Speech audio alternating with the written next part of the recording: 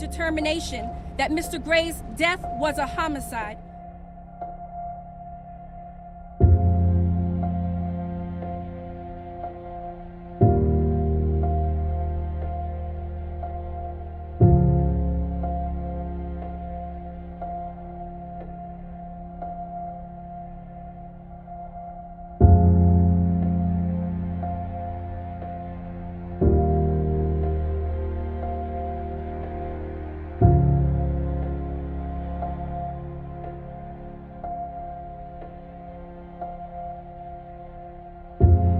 A few weeks before Dr. King was assassinated, he said something very striking that rings a chord for what it is that we're seeing on tonight. He said that riots are the voice of the unheard. And I think that what it is that we were able to bear witness to this evening is in fact the echo of so many young people who are frustrated simply because they do not feel that their voices have been heard. The facts then dictate that racial persecution really isn't the problem in Baltimore. Whoa, wait a second. What is the problem in Baltimore then? Let's go all the way back to 1910.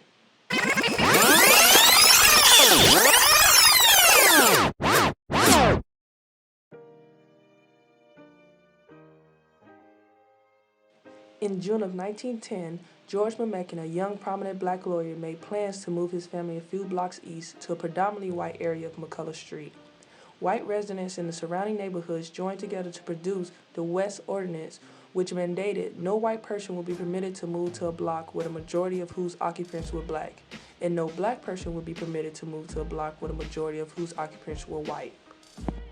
Although a Supreme Court decision in Buchanan versus Warley ruled the segregation ordinance unconstitutional, it did little to curb residential segregation in Baltimore.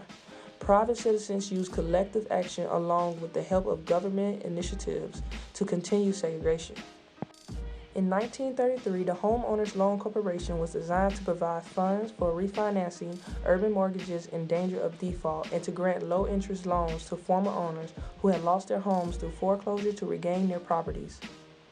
The Homeowners Loan Corporation divided cities into neighborhoods and developed a rating system to evaluate the risk of loaning to certain urban neighborhoods, including the discriminatory categories of ethnic and racial worth, which were divided into 4 color groups. Green indicated best, blue still desirable, yellow indicated a declining neighborhood, and red in which meant detrimental influences in pronounced degree, undesirable population, or an infiltration of it. Based off these illegal standards and existing racial prejudice embedded in society, black neighborhoods were redlined and placed in a worse category. This type of rating system was even adapted by banks in rendering loan decisions. In the 1940s and 50s, the African American population boomed as the shipping and merchant industry of the inner harbor blossomed. When these industries faltered, black residents were forced into overcrowded projects due to a decrease in employment opportunities, racist real estate practices, and a lack of educational opportunities. As more African Americans moved to the city, they were forced to east and west downtown Baltimore, quote-unquote, the red line areas. Today, discrimination in federal housing policy still exists.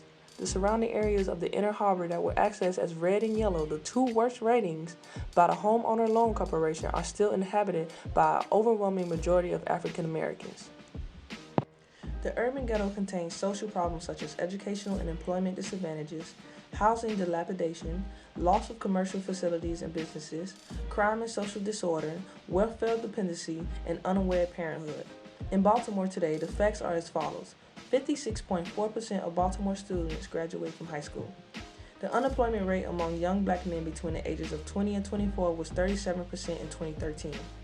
And African American babies born in Baltimore have a life expectancy 6 years less than white babies born in the city.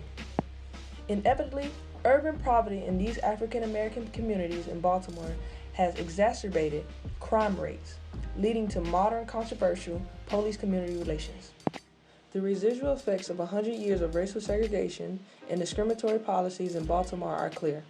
Communities overcrowded with people and lacking in resources have higher crime rates, which leads to an increase in interactions with police. African Americans who have been trapped in the city by unjust policies feel police are racially profiling them. Similarly, officers who police these dangerous areas come to expect the worst, creating tense and predictable altercation. So why did Baltimore become overwhelmed with enraged rioters? The answer can be easily attributed to redlining.